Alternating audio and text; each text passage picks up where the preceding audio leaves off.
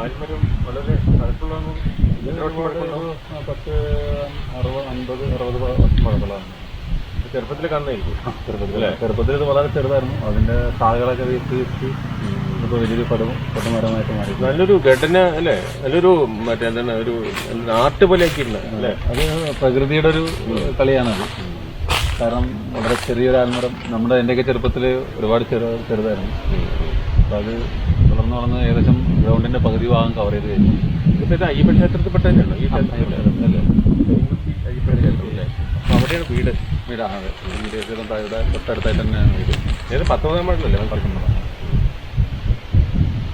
ഇത് നമ്മുടെ തിരുവില്ലാമല പഞ്ചായത്തിലെ NDA സ്ഥാനാർത്ഥിയെ മത്സരിച്ച് വിജയിച്ച കൃഷ്ണപ്രസാദ് 19-ാം വാർഡിലെ സ്ഥാനാർത്ഥിയാണ്.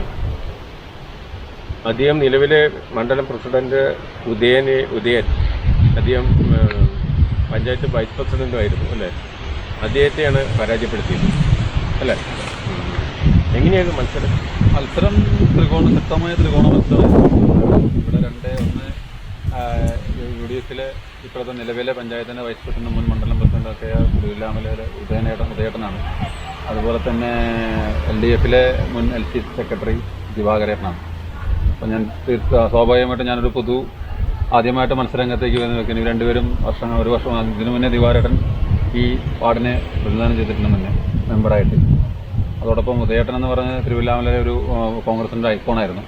കാരണം അദ്ദേഹം വൈസ് പ്രസിഡൻ്റായിട്ടുണ്ട്, ചുമതല ഏറ്റിട്ടുണ്ട്. അതുപോലെ തന്നെ മണ്ഡലം പ്രസിഡന്റ്, അതുപോലെ തന്നെ 13-ാം വാർഡിൽ നിന്ന് വിജയിച്ചിട്ടുണ്ട്. അങ്ങനെ തിരുവില്ലാമലൊരു മുഖം തന്നെയായിരുന്നു ഉദയേട്ടൻ എന്ന് പറഞ്ഞ വ്യക്തി.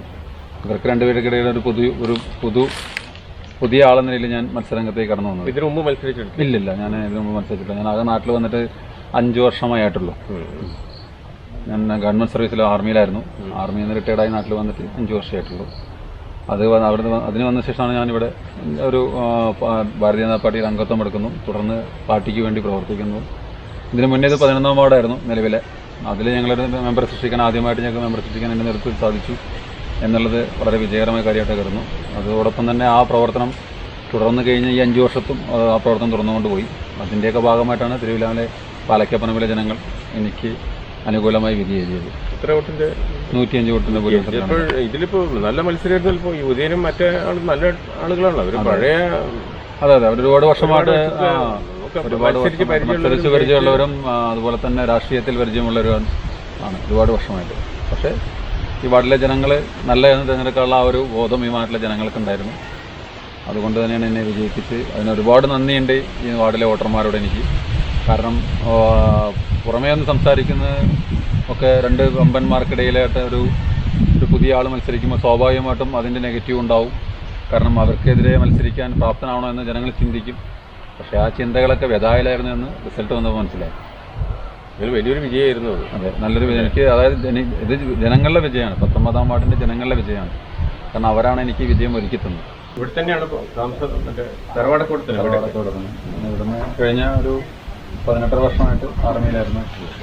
ആട്ടോമിസിലായിരുന്നു. എൻ്റെ കുടുംബങ്ങളൊക്കെ ഇവിടെ തന്നെയാണ്. എൻ്റെ ഒരു ഉപാസന ദൈവത്തിനാണ് അയ്യപ്പൻ. എല്ലാ ദിവസവും രാവിലെ വന്ന് പോകും. ഇവിടുത്തെ എന്ത് കാര്യങ്ങളും നമുക്ക് എന്നെ കൊണ്ട് പറ്റുന്ന പോലെ ഞാൻ കരുതും. ശനിയാഴ്ച അയ്യപ്പമള കാണും. അതിൻ്റെ വാഴമണ്ടി കുറിക്കലും കാര്യങ്ങളൊക്കെ 21 സത്യപ്രതിജ്ഞ ഈ BJP ഇപ്പോൾ ഭരണത്തിലെത്തുകയാണ് അല്ലേ തിരുവില്ലാമലയിൽ? തൃശ്ശൂർ ജില്ലയിലെ ഏക പഞ്ചായത്താണോ BJPയുടെ അല്ലേ? കഴിഞ്ഞ വർഷം നിങ്ങൾക്ക് ഒരു അധികാരം കിട്ടി നറുക്കെടുപ്പിലൂടെ. അതിനെ മറച്ചിട്ടത് ഈ UDFും LDFും ഉള്ള ആ കൂട്ടുകെട്ടി ഉദയൻ ഉമാശങ്കർ ടീമുകളിലെ ഇതിൻ്റെ പരമായിട്ടാണ് അന്ന് ഭരണം നഷ്ടപ്പെട്ടത് അല്ലേ? അതുകൊണ്ടാണോ ഒന്ന് ജനങ്ങൾ പ്രാവശ്യം അത് തിരിച്ചു എഴുതിയത്? കഴിഞ്ഞ 2020 ഇവിടെ തദ്ദേശ തെരഞ്ഞെടുപ്പിൽ 6 സീറ്റ് BJPക്കും അതുപോലെ തന്നെ 6 സീറ്റ് UDFിനും 5 സീറ്റ് LDFിനായിരുന്നു ഇവിടെ. അങ്ങനെ നറുക്കെടുപ്പിലൂടെ പ്രസിഡന്റ് വൈസ് പ്രസിഡന്റ് സ്ഥാനം ഭാരതീയ ജനതാ പാർട്ടിക്ക് ലഭിക്കുകയും ഒരു വർഷം കോവിഡ് പിടിമുറുക്കിയ ഒരു കാലഘട്ടത്തിൽ ഒരു വർഷം ഭരിക്കുകയും നല്ല രീതിയിൽ ഭരണം കാഴ്ചവെക്കുകയും ചെയ്തു.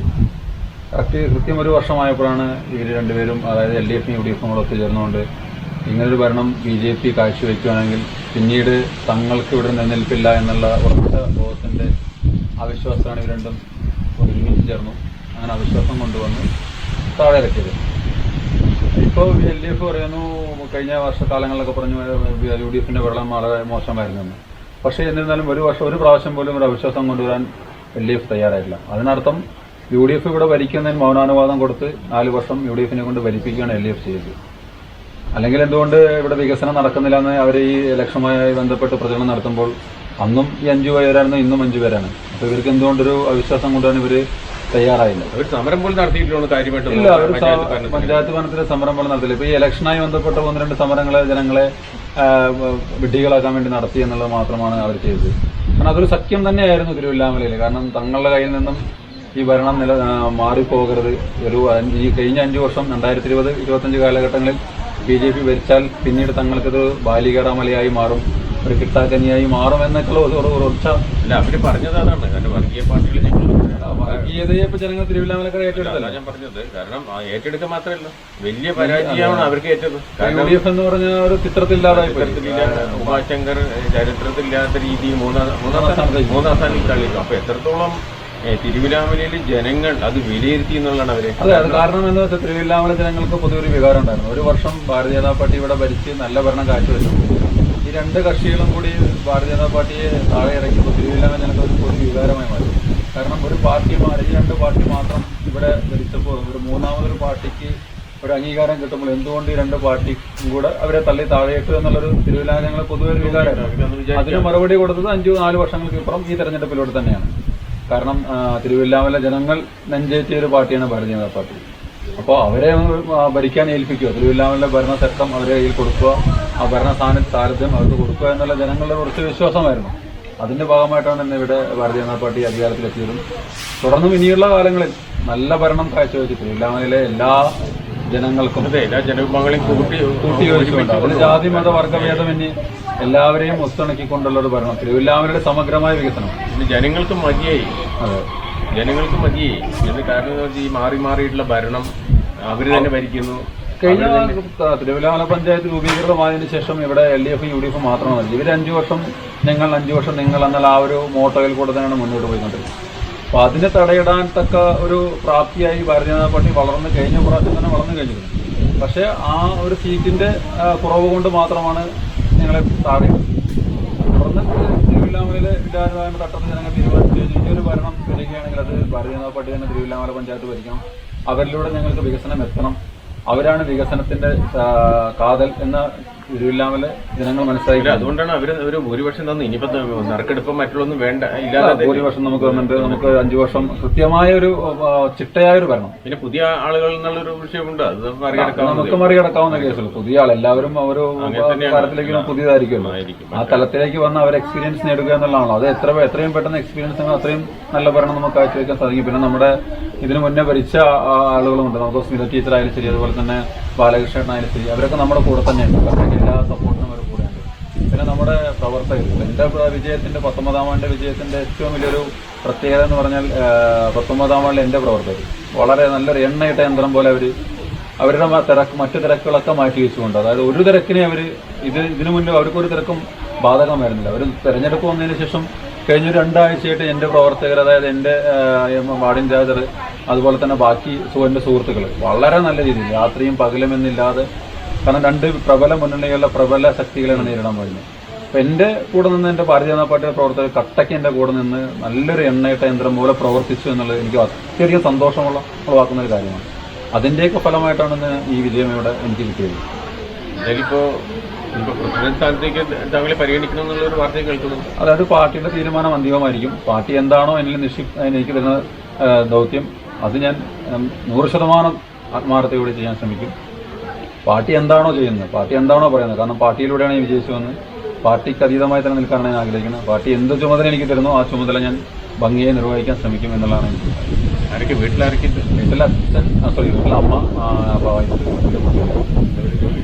വൈഫ് ബാങ്കിൽ വർക്ക് ചെയ്യുന്നുണ്ട്. പിന്നെ അമ്മ ഈ ഹൗസ് വൈഫാണ്. കുട്ടികൾ ഒരാൾ 10 പഠിക്കുന്നു, ഒരാൾ പഠിക്കുന്നു. എന്തായാലും BJPയുടെ നേതൃസ്ഥാനത്ത് എത്തട്ടെ. അതിന്റെ പ്രസ്ഥാനം എന്തായാലും നല്ല രീതിയിൽ തന്നെ മുന്നോട്ട് കൊണ്ടുപോകുക. സർവേശ്വരൻ അനുഗ്രഹിക്കട്ടെ. എല്ലാവിധ പിന്തുണ, അതുപോലെ തിരുവില്ലാമല ജനങ്ങളുടെ പിന്തുണ, ഇവിടുത്തെ നല്ലവരായ നാട്ടുകാരുടെ പിന്തുണ, എൻ്റെ പാർട്ടിയുടെ പിന്തുണ, അതെല്ലാവരുടെയും പിന്തുണ എനിക്ക് അത്യാവശ്യം ഈ ഒരു കാഴ്ചപ്പാടിൽ ആവശ്യമാണ്. കാരണം നമ്മുടെ തിരുവില്ലാമല വികസനം അത് തന്നെയാണ് എൻ്റെ ഏറ്റവും